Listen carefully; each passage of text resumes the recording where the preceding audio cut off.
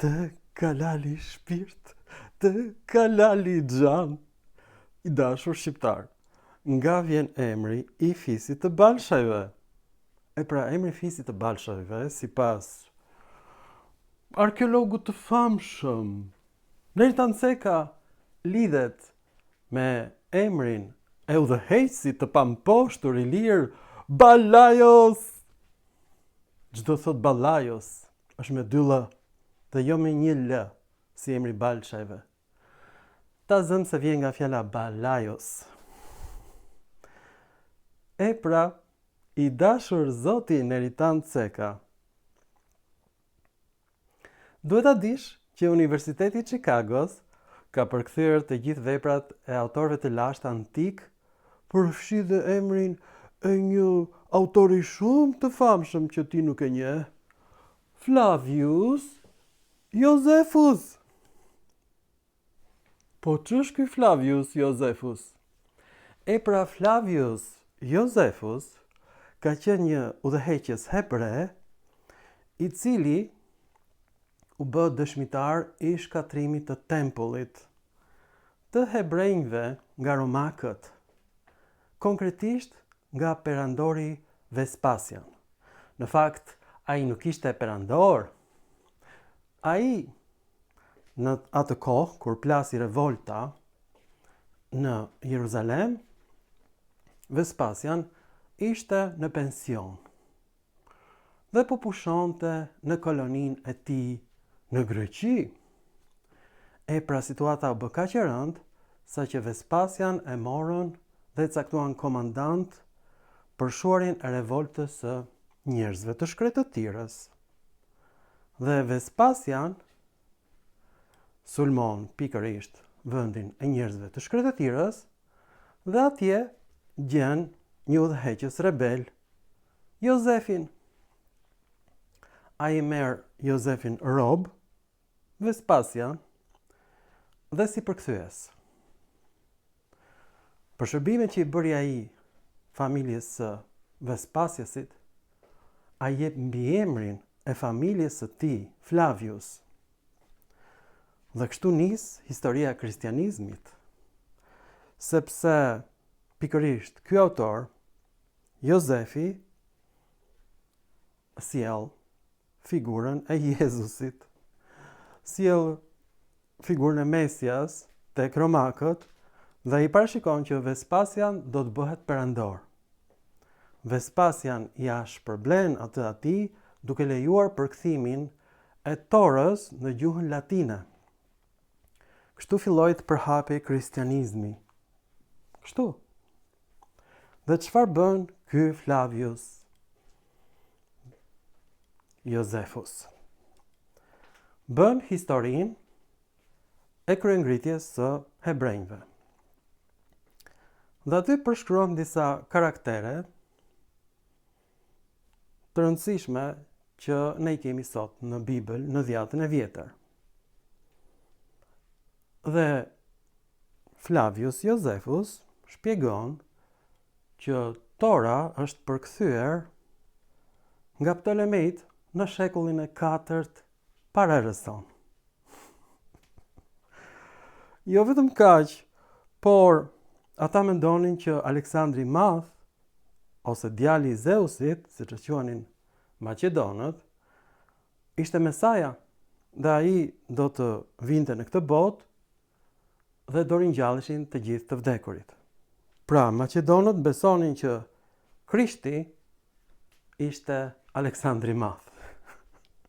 Dhe kur vdel Aleksandri i Madh, e marrin trupin e tij dhe vendosin në Aleksandri, ku hapet Biblioteka e Aleksandrisë, sillen 8000 gramatikan nga të gjitha anët e perandorisë maqedone dhe fillojnë dhe përkthejnë Torën. Një fragment të Torës e kam gjetur unë në fshatin Lin të Pogradecit në një mozaik të përkthyer nga maqedonët në shekullin e 4 para erës sonë. Kjo greqishte e çuditshme atje, që ne quajmë Ilire Pellazge, në Lin të Pogradecit, është greqishtja maqedone, që është shumë e ngjashme me greqishtën e lashtë të Atikës, por ndryshon. Ka ndryshime të vogla. Dhe këto ndryshime quhen ndryshime pellazgjike nga arkeologët francezë, që nuk e dinin çfarë ka ndodhur. Për mendimin e veprës së Flavius Josephus, ne tashmë dimë me siguri që jo vetëm maqedonët e përkthyen Torën, por ata filluan të vendosin emra biblik në perandorinë maqedone, në Iliri më saktë. Për shembull, ata vendosin emrin Debora, që do thot blet në gjuhën hebreje, në Dibër. Dibranët kujtojnë se kjo është lugjinë e thellë, Deboros. Debar në gjuhën slave. Pra, Dibranët nuk dinin gjuhën hebreje, nuk e dinin që maqedonët kishin zgjedhur një emër biblik të lashtë. Pse do thoni ju? Maqedonët ishin në garë me helenët për emra të lashtë. Dhe e gjitën zgjidhjen. Zgjidhja është e tillë. Ata fillojnë të marrin emra hebrejnë dhe i vendosin në Maqedoni. Pra, teorikisht emra më të lashtë se sa veprat e Homerit. Ky quhet puç etimologjik. Çfarë është puçi etimologjik? Të gjesh ti emra më të lashtë se emrat helen dhe ti vendosësh ato përkundër peshë të kulturës helene. Dhe çfarë bëjnë maqedonët? Ngrej një qytet me emrin Balla dhe theksojnë se çfarë origjine ka emri i këtij qyteti, sipas Flavius Josephus. Balla është interpretimi maqedon i fjalës bilah. Ç'është kjo bilah? Ngjan si Allah, Jah. Pra është emër hebre. Ka kuptim në gjuhën hebreje e pashqetësuar. Pse ishte bilaha e pashqetësuar në hebrejisht? Sepse ajo mund të bënte fëmijë. Ishte shërbëtore e personazhit biblik Laban. Dhe Labani e shikon që Rakela nuk bënte dot fëmijë dhe ja jep shërbëtoren e tij, pikërisht Rakelës, që të bënte fëmijë me Jakobin. Sipas mitologjisë hebreje, Bilah bën 2 fëmijë, Dan, që do thot gjykim në gjuhën hebreje, dhe Naftali. 2 djem bëri Bilah.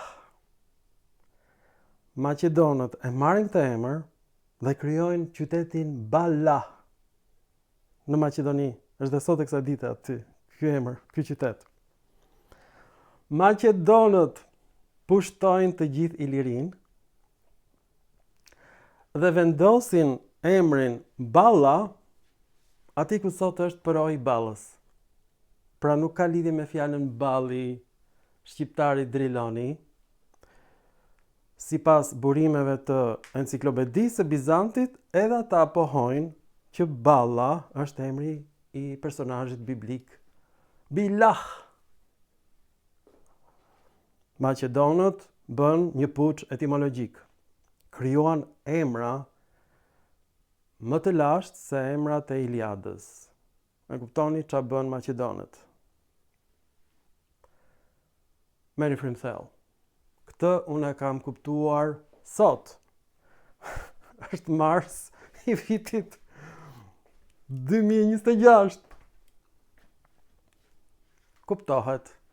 Materialet i kam marrë nga Universiteti i Chicagos pa lejen e tyre.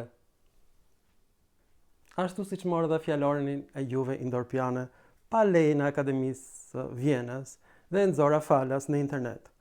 Unë nuk dua asnjë shpërblim. Po mua më të meron kjo që po zbuloj, pra vërtet emri Dibrës është emër biblik, Debora, bleta, edhe emri i qytetit Balla është emër biblik. Bilah të mos shqetësohesh sepse do bësh fëmijë. Pra, Rakela e përdor Bilah si surrogato për të bërë fëmijë, se nuk bënte dot vetë fëmijë me Jakobin.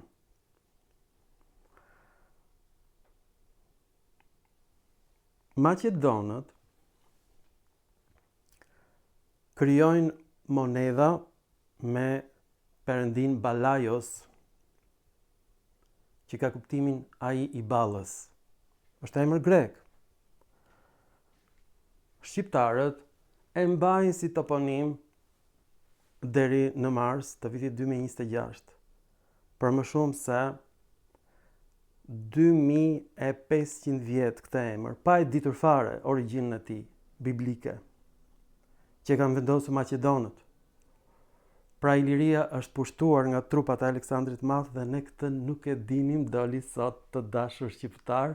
Kjo është arsyeja që kudo në Iliri ka vetëm emra Maqedon, përfshirë të matit nga Emathia, që do thot ranishte në helenishten maqedone.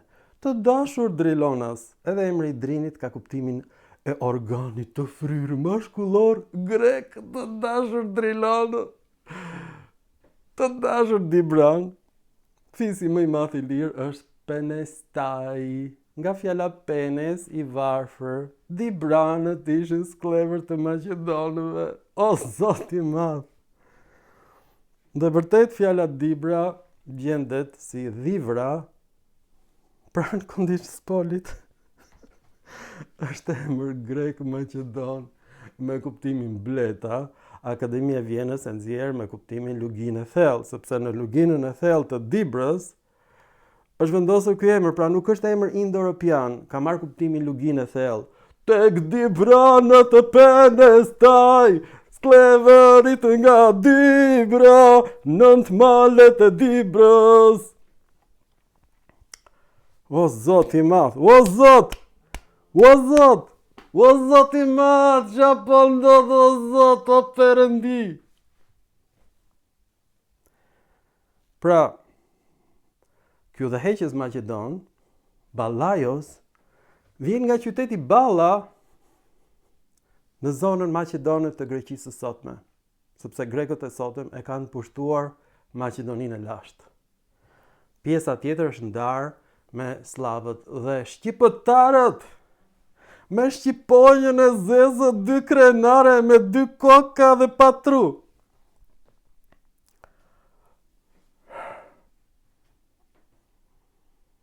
O shqiptaris, Drilonis.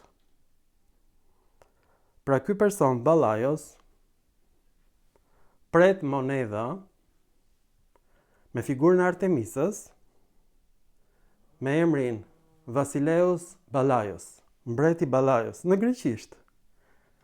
Shqiptarët krijojnë fisin Balshaj me këtë emër dhe përojnë e ballës, duke menduar se ky është fjala ball i gjuhës shqipe. Kjo tregon që ne jemi autokton, por që ne s'kemi kuptuar fare emrat e lashtë që pushtuesit maqedon na kanë vënë neve. As emrin e matit nga Emathia, ranishte. Ne i themi Maqedonëve vëllezër dhe themi që Maqedoni Aleksandri Madh ishte shqiptar kur ai e pushtoi Ilirin. Ne na duket emri biblik Balla, Bilah në gjuhën hebreje, na duket si balli. E kuptoni apo jo, të dashur shqiptar, balli ynë i bukur, ilirik. Dhe ne nuk e dim që iliristi në gjuhën helene, sharje shumë e rëndë, do thot ata me bisht. Nga Ilos, dhe çakër. Ilos, Ilos, o Ilos. Dhe o ura bishti. O njeri me bisht i lirë. Me shqipojnë me 2 koka patru. Pra edhe emri Dibra, Debora, Bleta, bëhet emri i luginës në gjuhën ilire, Deboros. Emër shumë i bukur, Pelasgo i lirë. Por Maqedonët e morën këtë emër nga Bibla e vjetër, Tora, hebreje. sepse ata besonin që Aleksandri i Madh ishte Mesaja, prandaj. Dhe filluan të përdorin emrat hebrejnë për kundërpesh të emrave të Iliadës që përdornin grekët. Kjo është e gjithë historia.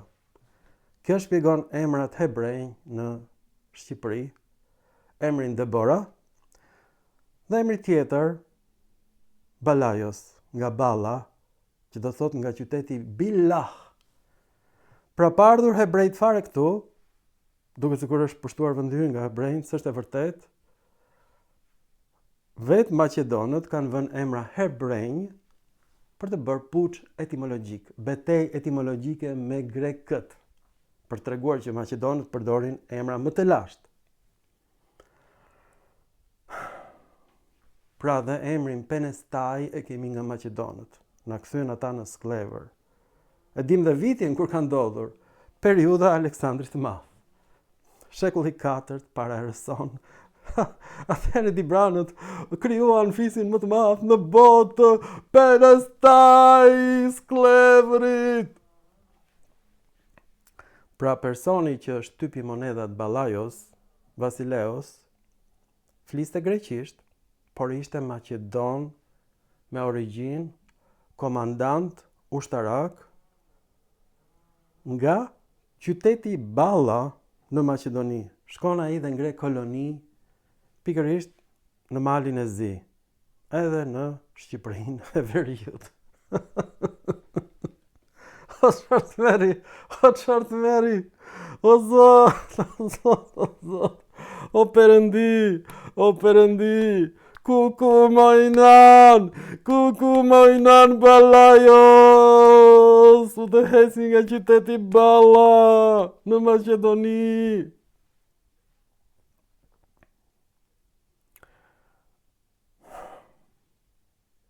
Tani duhet të shikosh që të gjithë filmat e mi.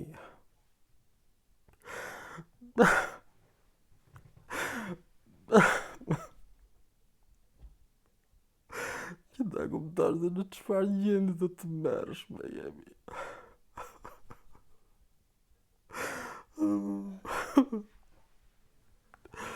Shqiptarët gërmojnë dhe gjejnë qytete greke me pllaka greke, moneda greke. Por monedat e Veriut që nga moneda maqedone në greqisht, që të gjitha a ka patur i lirë në Shqipëri? Flavius Josefus thot po, ishin një popull si sklavëruar. Ishin fisi më i madh i antikitetit, thot vet Flavius Josefus, dhe sjellën këtë fragment në një film tjetër.